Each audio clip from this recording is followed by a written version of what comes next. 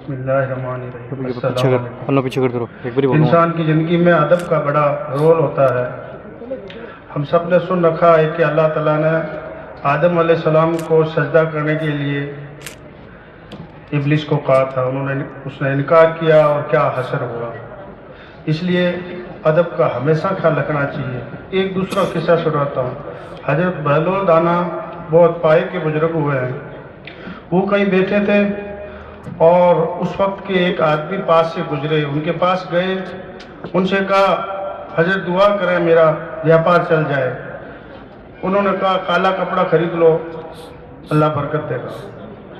वो गए और काला कपड़ा खरीदा। इराक के आसपास की बात है, इराक जहाँ देश है आज। वहाँ एक रिवायत थी कि जब लोग गुजरते थे तो लोग ताजीम में काला कपड़ा ले जाते थे। बुजुर्ग की दुआ थी, अल्लाह का हुक्म था, उसका स्टॉक पूरा बिक गया, मालदार हो गया। बरकत इतनी हुई कि वो मुल्क के सबसे बड़े ताजिर बन गए। फिर एक दिन लश्कर के साथ जा रहे थे, वही बुजुर्ग हजरत बहलोल दाना नजर आए और उसके अंदर का शैतान जागा, उसको तकब्बुर आया तो मैं इतना बड़ा ताजिर हूँ, आज इनसे कैसे पेश आऊँ, लोग क्या सोचेंगे, ये हमारे सेठ जी फकीरों के आगे ऊंचे नीचे क्यों हो रहे हैं। तो फिर वो तकब्बुर के हिसाब से अपनी सवारी से उतरे और जाके बोला कि दीवाना अब क्यों और क्या खरीदूँ। उन्होंने कहा तरबूज खरीद लो। गर्मी का मौसम था, हर किसी को समझ में आता है तरबूज से फायदा होता है। उन्होंने अपनी सारी दौलत का तरबूज खरीदा, स्टॉक किया और फिर दे वक्त की बारिशें आई, मौसम ठंडा हो गया, तरबूज खराब हो गया, फिर वो बर्बाद हो गया।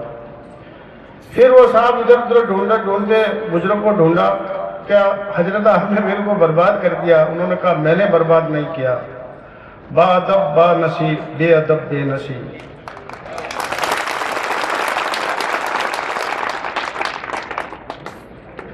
आप हजरत साहब आले रसूल है, हमारे लिए खुशी का मौका है।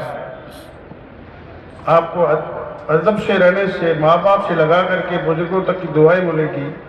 आप अदब का ख्याल रखिए, हमारे बच्चे अदब सीखेंगे, कौम अदब वाली मानी जाएगी, हमें इज्जत मिलेगी, हमारी कौम को इज्जत मिलेगी। आजकल हमारी कौम में अदब की जबरदस्त कमी है। अब मैं आगे बढ़ता हूँ। यहाँ जितने भी दादा बैठे हैं, जिनके घर में पोते पोतियां हैं, जिंदगी में दादा का आखिरी दोस्त उसका पोता होता है और पोते का पहला दोस्त उसका दादा होता है। एक बार और कहता हूं, बच्चा जब पैदा होता है थोड़ा समझता है, अगर उसके घर में उसके दादा है तो उसका फर्स्ट फास्ट फ्रेंड, पहला गहरा दोस्त दादा होता है। दादा अपनी जिंदगी पूरी जी चुके होते हैं, दुनिया से जी भर चुका होता है, नए दोस्त बनने की कोई गुंजाइश नहीं होती है और दादाजी का आखिरी दोस्त पोता होता है, पोता या पोते होते हैं। दोनों में गहरी दोस्ती होती है। अब यहां दादा को ध्यान रखना है कि अपने दोस्त के बारे में क्या ख्याल रखते हैं। ऐसा ही कुछ रिश्ता बाप का और बच्चे का होता है, माँ बाप का और बच्चे का होता है। कुछ थोड़ा बहुत आगे पीछे कर लें तो यही रिश्ता उस्ताद का और बच्चे का होता है। इधर एक बच्चा है, सामने एक दादा है, दोस्त है, बाप है, लगभग वैसा ही दोस्त है, उस्ताद है जिसको अपना हीरो मानता है, टीचर को बच्चा हीरो मानता है। जब भी बच्चा घर आता है, बात में दिन में 20 बार अपनी मैम या सर के बारे में जिक्र करता है, वो उनको हीरो मानता है। और कुछ इसी तरह अपने खुद के फादर को भी हीरो मानता है। एक तरफ बच्चा है और दूसरी तरफ दादा, वालिद और टीचर उसके दोस्त या हीरो है। अब ये बच्चा तो तीनों के साथ वफाई करता है, मोहब्बत लुटा सकता है, जी भर के मोहब्बत लुटाता है, उसके मन में कुछ भी गलत नहीं होता है। लेकिन ये तीनों पूरी वफादारी नहीं करते हैं और इन तीनों की वफादारियों की कमी की वजह से पूरा समाज उलट पुलट नजर आता है। हमारे समाज की जितनी भी परेशानियां हैं, उन परेशानियों की शुरुआत उस बच्चे की परवरिश से होती है और बच्चे की परवरिश करने वालों में बड़ा 99% रोल फादर और दादा और टीचर का होता है। बच्चा बेबस होता है, बच्चे को समझ आने में 20 साल लगेंगे, तब तक वो अच्छा या बुरा बन चुका होता है। अच्छा या बुरा बनाने में इन 3 शख्सियतों का रोल होता है। कौन चाहेगा उसका पोता अच्छा नहीं बने? फिर पोते अच्छे क्यों नहीं बन रहे हैं, स्टूडेंट अच्छे क्यों नहीं बन रहे हैं, बच्चे अच्छे क्यों नहीं बन रहे हैं? क्योंकि हम कई मामलों में ईमानदार नहीं हैं। कम उम्र में बच्चा सीखता है और सीखने का सबसे अच्छा तरीका है नकल करना। अगर दादा बीड़ी पीता है,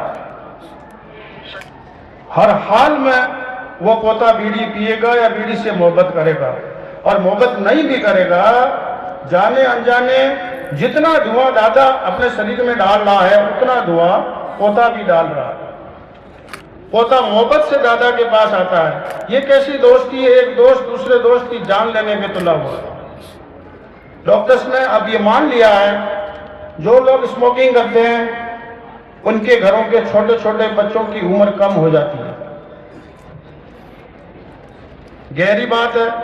आप सोच रहे होंगे मैं ये दादा पोते में कहाँ पढ़ा हूँ, क्योंकि हम आज बच्चों के बारे में बात करने के लिए इकट्ठे हुए हैं। शुरुआत वहीं से होती है। लोग परवरिश को लेकर कितने सीरियस हैं, इसका एक नमूना आप सुनिए। इस धरती पर एक कौम यहूदी है, इब्राहिम अलैहिस्सलाम की लाइन से ही है, इसहाक अलैहिस्सलाम की लाइन के। इजराइल में ज्यादातर तादाद है उनके यहाँ एक रिवायत है, उनकी बच्ची जब प्रेग्नेंट होती है तो उसे मैथमेटिक्स के क्वेश्चन सॉल्व कराए जाते हैं, गणित के सवाल हल कराए जाते हैं। उनका ये मानना है कि बच्चा माँ के पेट में जिंदगी हासिल कर चुका है, इसकी माँ जो काम करेगी वो अक्ल बच्चे में आएगी, बच्चा पैदा होकर के गणित में होशियार होगा।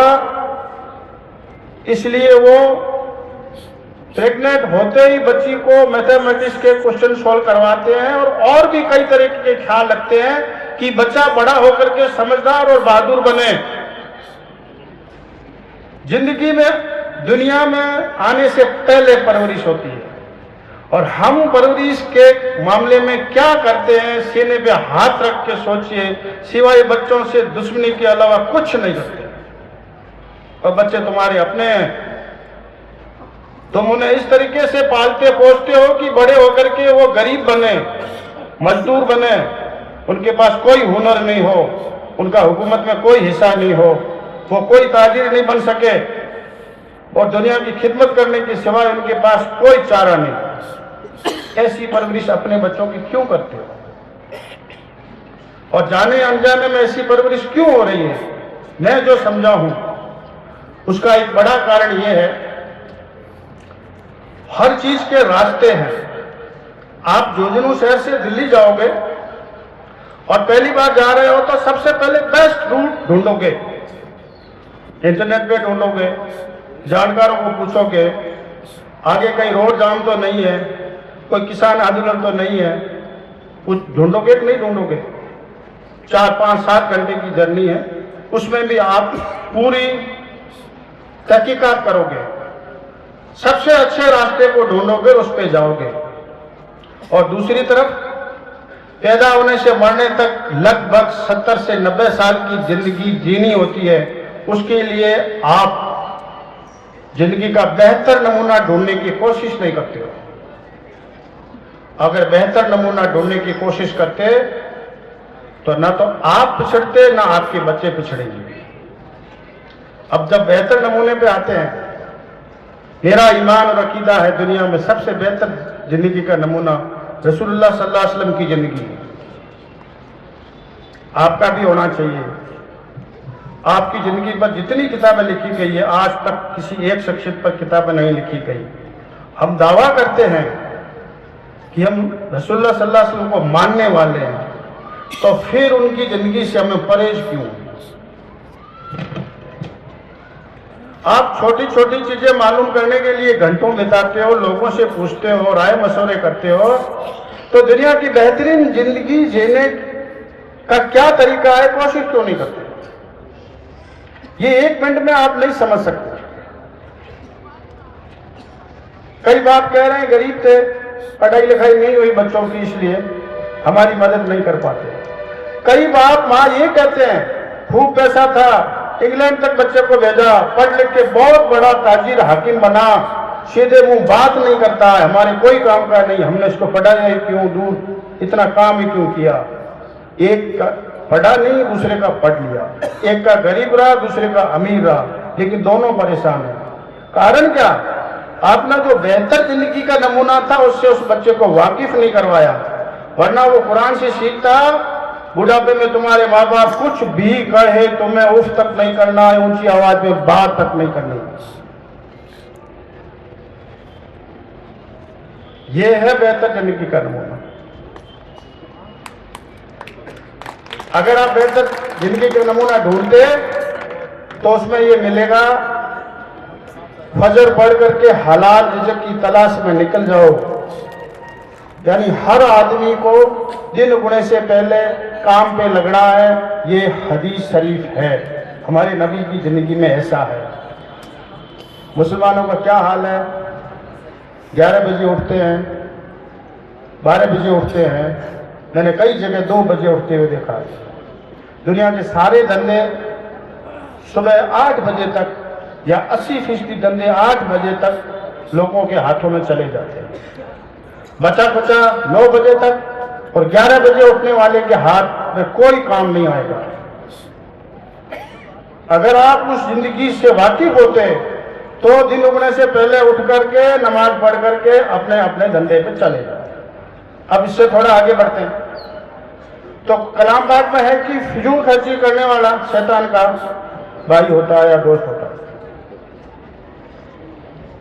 अगर कोई दिन उगने से पहले काम पे लग जाए और 1 रुपया भी फिजूल खर्च नहीं करे, वो इंसान, वो घर, वो कौम कभी गरीब नहीं हो सकती। इसलिए हम ये तो मानते हैं कि कौम में बहुत सारी कमजोरियां, बुराइयां, गंदगियां हैं, लेकिन हम ये कोशिश नहीं करते हैं कि इसका इलाज क्या है। एक लफ्ज में इसका इलाज है, नबी की जिंदगी का नमूना समझो, उस पर चलो। क्योंकि ये नमूना कहता है कुरान में, रिश्तेदारी को तोड़ो मत जोड़ो। मैं 1% की तो नहीं कह सकता, यहां जितने लोग बैठे हैं 99% अपने अपने रिश्तेदारों से दुखी है। कहता हर कोई ये है सामने वाले की गलती है, लेकिन दुखी जरूर है, क्योंकि आप दुनिया के बेहतरीन जिंदगी का नमूना फॉलो नहीं कर रहे हो, वरना आप अपने रिश्तेदारों को तोड़ते नहीं, उनको जोड़ते। और इससे अगर बच जाओ तो लोग अपने पड़ोसियों से दुखी है। अगर बेहतरीन जिंदगी के नमूने पे चलते तो हदीस से आपको मालूम होता कि लानत है उस पर जिससे उसका पड़ोसी परेशान है। दुनिया में कितनी शांति होती अगर लोग रसूलुल्लाह सल्लल्लाहु अलैहि वसल्लम की जिंदगी पे अमल करते थे। और फिर पड़ोसी की क्या परिभाषा है? आपके घर का पड़ोसी, कारोबार का पड़ोसी और सफर का पड़ोसी। मेरे हिसाब से एक इंसान दूसरे इंसान के संपर्क में इन 3 मौकों पे आता है, या तो रहता है वहां, या कारोबार करता है, या सफर करता है। मतलब ये निकला कि किसी इंसान को आप परेशान मत करो, वरना अल्लाह की लानत आएगी। इससे बड़ा सर्वधर्म संभाव भी क्या होगा? पड़ोसी में कोई धर्म का नहीं कहा है, इंसान का कहा।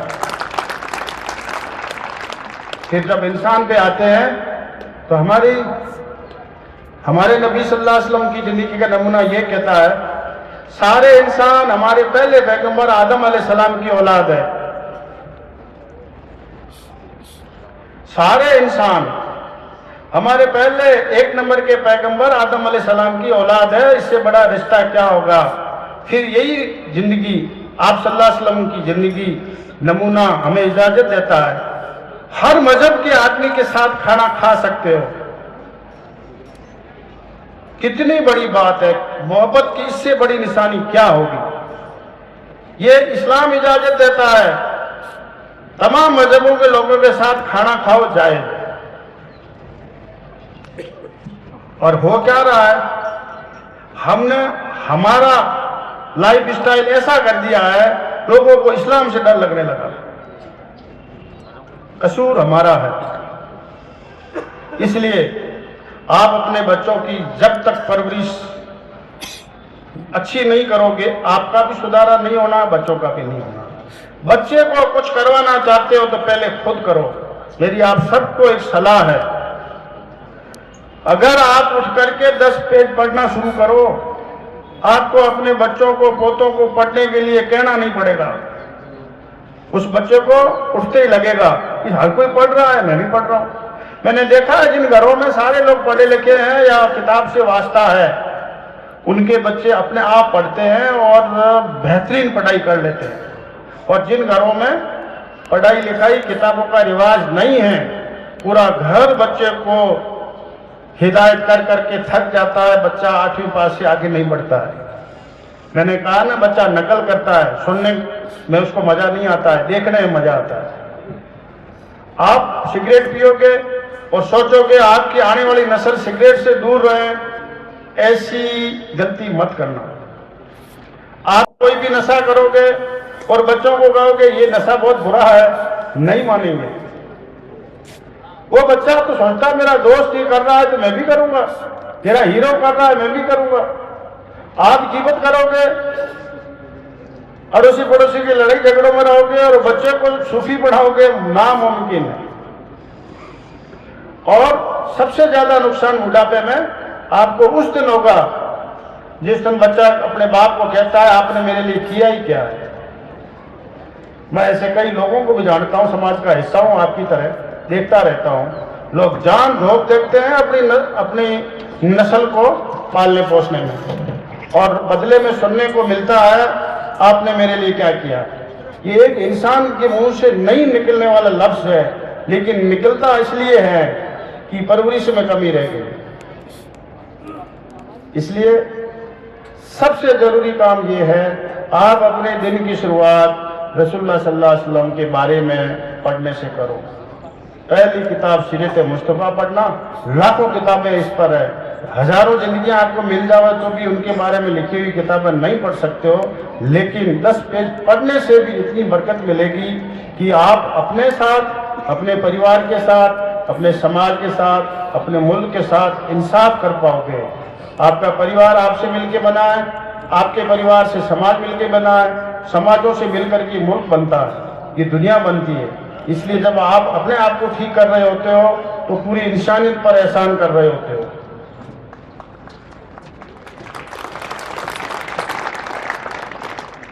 अब मैं बच्चों की पढ़ाई के बारे में बात करूं।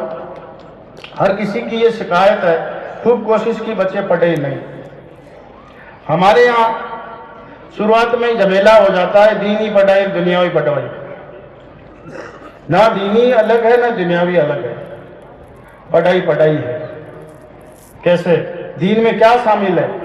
हमने समझ लिया नमाज पढ़ो, रोजा रखो, हज जाओ, ज़कात दो या कोई नफली इबादत करो और दीन पूरा हो गया, ऐसा नहीं है।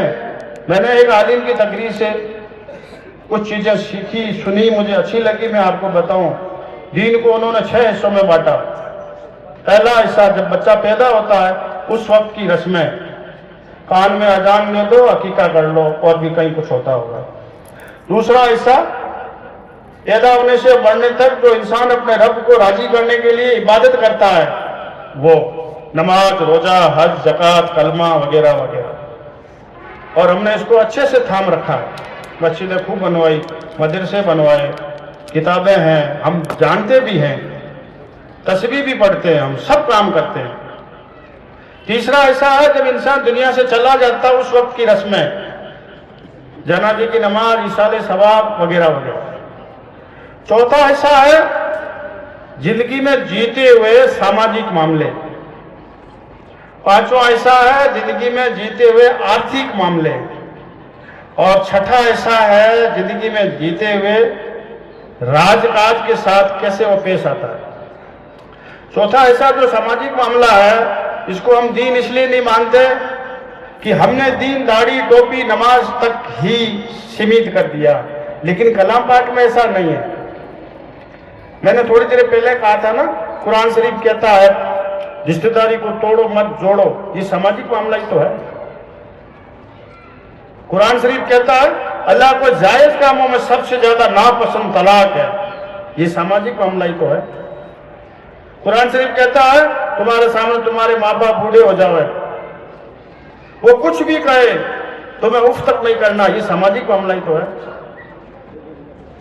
15 दिन बाद कोर्ट में आ जाते हैं और एक दूसरे की तरफ नजर उठा के नहीं देखते, क्योंकि हमने सामाजिक मामलों में दीन को लागू नहीं किया। जरा जरा सी बात पर अकड़ जाते हैं। कुरान कहता है अकड़ो मत, कुरान कहता है दर गुजर करो, ये सामाजिक मामला है, सारे झगड़े मिट जाएंगे। और भी बहुत सारी चीजें। पांचवा मैंने कहा था आर्थिक मामले, माशी मामले, इकोनॉमिक सिस्टम। थोड़ी देर पहले मैंने हदीस कही थी, फजर पढ़ के हलाल रिज़्क़ की तलाश में लग जाओ, ये आर्थिक मामला ही तो है। फिर फिजूल खर्ची करने वाला शैतान का भाई, भले आप खरपति बन गए, जरूर से ज्यादा खर्च करोगे तो गुनाह है, ये आर्थिक मामला है। ज़कात दो आर्थिक मामला है, सदका दो आर्थिक मामला है, और भी बहुत सारी चीजें हैं। पूरा पूरा तोलो, नाप तोल जब तुम करो तो पूरा पूरा तोला करो, ये कुरान कहता है, ये आर्थिक मामला। ब्याज मत लो, आर्थिक मामला है। हम इसको दीन का हिस्सा नहीं समझते।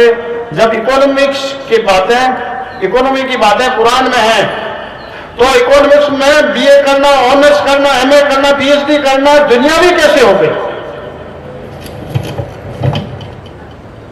कुरान कहता है फैसले सही करो, गवाही सही दो। जब तुम लेन देन करो तो लिख लिया करो, 2 गवाहों के दस्तखत करवा लिया करो, ये कुरान कहता है। तो कोर्ट में जब एग्रीमेंट बनाने जाते हो, लेन देन करते हो, व्यापार करते हो, उससे संबंधित एजुकेशन को दुनियावी एजुकेशन कैसे कह सकते हो?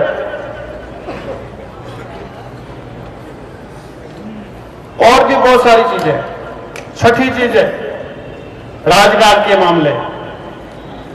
सूरह निसा में 59 नंबर आयत है, उस आधे आयत का मतलब ये है हुक्म मानो अल्लाह का, हुक्म मानो रसूल का सल्लल्लाहु अलैहि वसल्लम, और हुक्म मानो हाकिम का, सरकार का। आपके नहीं मानने से कुछ नहीं होता। इस कुरान में जो अमीर है, हाकिम है, वो हमारी सरकार है, भारत सरकार है, राजस्थान सरकार है, नगर पालिका है, उनके कानून है। कुरान कहता है पत्ता भी अल्लाह के हुक्म के बगैर नहीं हिल सकता है। तो सरकार अल्लाह ही मुकर्रर करता है, सरकारों का कानून मानो, ये कुरान का हुक्म है। अल्लाह अल्लाह के रसूल के ठीक बाद आया है। और हाल क्या है? हाल ये है बिजली मौका मिले तो चोरी से ले लें, गाड़ी का इंश्योरेंस नहीं कराना, सारे कानून तोड़ने की कोशिश करना, यहां तक कि इबादत की जगह भी बनाने में मौका मिले तो गवर्नमेंट की जमीन पे बना लो, परमिशन मत लो, कुछ भी मत करो। फिर समस्या आती है तो कहते हैं साहब इसलिए परेशान कर रहे हैं कि मुसलमान है। नहीं, तुमने मुसलमान बना नहीं, इसलिए परेशान हो रहे हैं। तुम्हारे अल्लाह ने कहा है सरकारी कानून मानो, तुम नहीं माने तो वहां तो इंसाफ होता है, धरती पे भी इंसाफ होता है, तकलीफ आएगी। मुसलमान के घर में पैदा हो गए, इससे मुसलमान नहीं होंगे। अल्लाह अल्लाह के रसूल के कानून को मानना पड़ेगा। अब जो पढ़ाई की बात आई है तो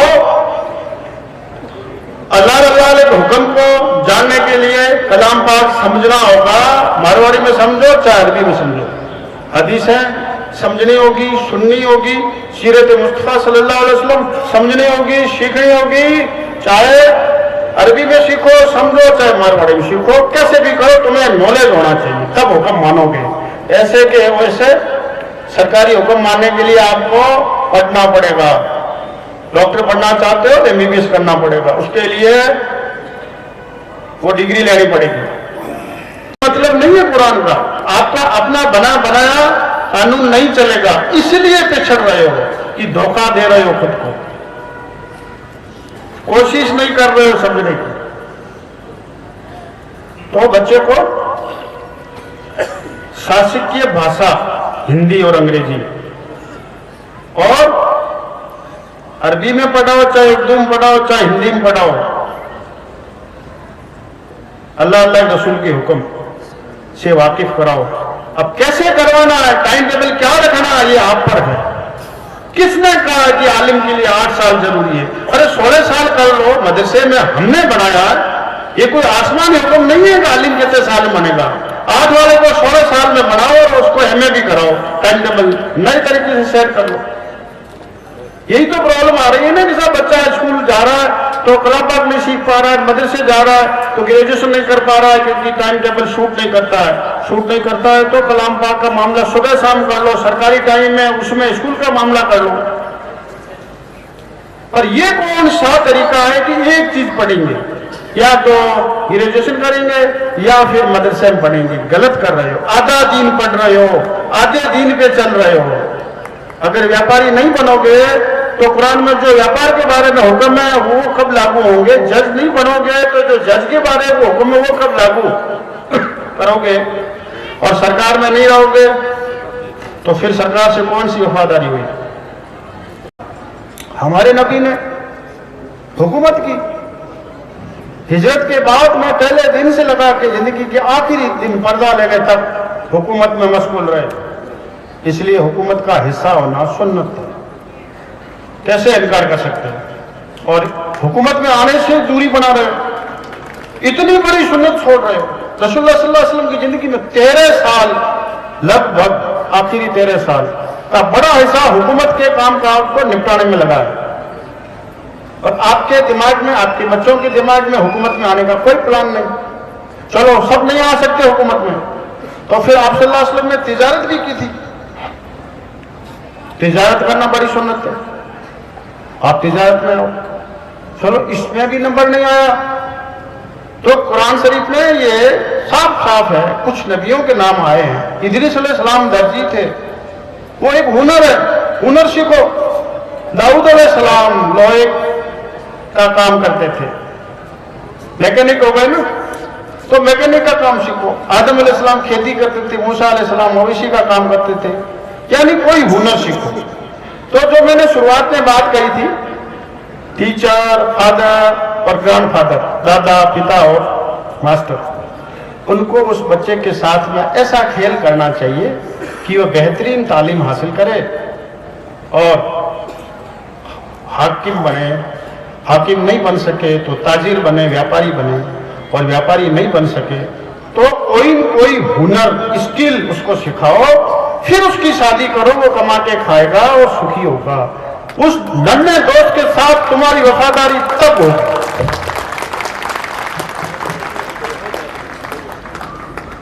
कहने को तो बहुत बातें हैं, वक्त की भी कमी है। एक छोटी सी बात कह करके और मैं, अभी जो हमारी समस्या है, मुसलमानों की समस्या है, उसके बड़े बड़े 4 कारण हैं। मैंने मेरे हिसाब से 4 हिस्सों में बांटी है, और सही भी है कि कम पढ़े लिखे होते हैं।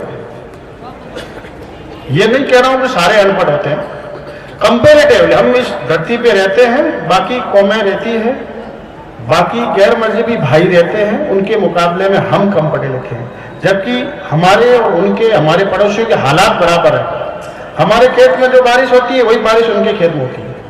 हमारी बकरी, भैंस, गाय जितना दूध देती है इतना बाकी भाइयों की भी मवेशी दूध देती है। हम नहीं पढ़ पा रहे हैं, बाकी पढ़ रहे हैं। एक दूसरा, साफ सफाई नहीं के बराबर है। ईमानदारी से सोचो, हमारी गली मोहल्ले आते ही पता चल जाएगा कि यहां ज्यादा किसकी आबादी है। किसी ने मजबूर तो नहीं किया आपको। तीसरी बात है, बाअदब लोग कम होते हैं। नहीं मानो तो ट्रेन में जहां हमारी आप तादाद जिस डिब्बे में 90% हो, उसमें 1 घंटा सफर करके देख लो। बहुत ज्यादा डेंसिटी वाले मोहल्ले में से मोटरसाइकिल निकाल के देख लो, खुद मान जाओगे। अब ये ऐसा जुड़ गया है कि मुसलमान कम पढ़ लिखे होते हैं, मुसलमान गरीब होते हैं, मुसलमान बाअदब नहीं होते हैं, मुसलमान साफ सफाई नहीं रखते हैं। इसका, इन चारों चीजों का इनडायरेक्ट इस्लाम से वास्ता जुड़ गया, क्योंकि लोग हमारे जरिए इस्लाम को देखते हैं। इस्लाम क्या कहता है इसके बारे में, सोचा कभी आपने? मुसलमान कम पढ़े लिखे होते हैं, इसके बारे में बोल रहा हूं। कलाम पाक की डायरेक्ट आयत है, तुम में जानने वाला और नहीं जानने वाला बराबर नहीं हो सकता। जानने वाला जाहिर सी बात है पढ़े लिखे को कहते हैं, नहीं जानने वाला अनपढ़ को कहते हैं। डॉक्टर मेडिकल जानता है, इंजीनियर उसके बारे में जानता है, और भी कई तरीके की जानकारियां हैं। तो जानने वाला नहीं जानने वाला और बराबर नहीं हो सकता, मतलब हुक्म पढ़ने का है। कुरान की पहली आयत का ताल्लुक पेन और कागज से है। फिर हदीसें हैं, मां के पेट से कब्र के पेट तक सीखते रहो। एक हदीस ये भी है कि एक बार पड़ोसी देश के राजा का खत आया, वो खत हिब्रू भाषा में था। हिब्रू किसी को आती नहीं थी, तो आप सल्लल्लाहु अलैहि वसल्लम सहाबी को हुक्म दिया, उन्होंने 15 दिन में हिब्रू सीखी और फिर हिब्रू में वापस जवाब दिया गया। मतलब जरूरत पड़े तो इंटरनेशनल लैंग्वेज भी सीखो। आपका बच्चा कभी स्पेनिश, जर्मन, फ्रेंच सीखने की कोशिश करता है क्या? नहीं करते। इस्लाम कहता है। तो ये हुआ कि मुसलमान इसलिए अनपढ़ है कि इस्लाम को फॉलो नहीं करते। साफ सफाई का मामला, कुरान की 3 डायरेक्ट आयतें हैं, पाकिज की आधा, ईमान है 1। पाक साफ रहने वाले को खुदा दोस्त रखता है 2। और एक तीसरी आयत है, जब तुम नमाज के लिए खड़े हो तो सज धज लिया करो। कितनी बड़ी बात है, खुद कुरान में है जो हमें साफ सुथरा रहने के लिए कहती है। हम नहीं रहे तो इसमें इस्लाम का कसूर नहीं, हमारा कसूर है। और जो अदब वाली बात है उसके बारे में एक हदीस है, नरम रहा करो, तुम्हारे नरम रहने से अगर इज्जत में कमी हुई तो मैं क़यामत में भरपाई करूंगा। और न जाने कितनी कुरान की आयतें और हदीसें वो ये कहती है कि बा अदब बन के रहो। और मैंने मेरी बात की शुरुआत भी अदब से ही की थी। और मुस्लिम गरीब होते हैं, ज्यादातर लोग गरीब है। ईमानदारी से बात करूं तो जीडीपी को हम बिगाड़ देते हैं, इस देश की जीडीपी को बिगाड़ देते हैं। हम ये सोचते हैं हमारा मर्जी, हम काम करें चाहे नहीं करें, लेकिन जीडीपी तो हमारी वजह से डिस्टर्ब हो रही है ना। नहीं करता है। रही बात आपके बच्चों की एजुकेशन की, तो बहुत अच्छा ये प्रोग्राम किया है आपने।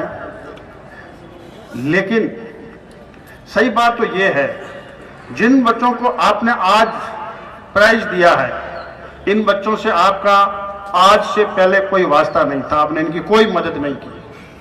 और जिन बच्चों को आपने आज प्राइज दिया है, इनका आज के बाद आपका कोई वास्ता नहीं रहेगा।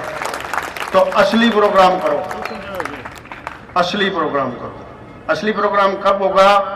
जब इनमें से जरूरतमंद बच्चों का पीछा करो उनकी पढ़ाई पूरे होने तक। नकली प्रोग्राम मत करो। पूरे मुल्क में हो रहे हैं प्रतिभा सम्मान समारोह। सम्मान किसका हुआ? मैनेजमेंट का हुआ, करने वाली कमेटी का हुआ। बच्चों को क्या मिला? आपकी ट्रॉफी भारत के राष्ट्रपति की दी हुई थोड़ी है जिसके 5 नंबर जुड़ेंगे और वो थानेदार बन जाएगा। यहां भी धोखा, यहां भी धोखा करना, कुछ नहीं, हाका पूरा करना। अच्छा होता 5 लाख रुपए जो आपने इसमें खर्च किए, इन 5 लाख रुपयों में से एक लाइब्रेरी बनाते और शहर में इश्तिहार दिलाते कि ये लाइब्रेरी 24 घंटा खुली है, आओ और पढ़ो। और जब तक ये खर्चा ऐसे कामों पे नहीं करोगे जिससे बच्चों को फायदा हो, तब तक मेरी जो अकल अल्लाह ने दी है, मेरी अकल में ये फिजूल खर्ची और दिखावा है। हाँ, आपने हजरत साहब को बुलाया है, इनसे जो फैज मिलेगा वो लाजवाब है। लेकिन बच्चों को जो आप पढ़ाई का फायदे की बात कर रहे हो, ये हमें मत सिखाओ, हम पढ़े लिखे हैं थोड़े बहुत। हो सके तो अगले साल असली प्रोग्राम करना। शुक्रिया।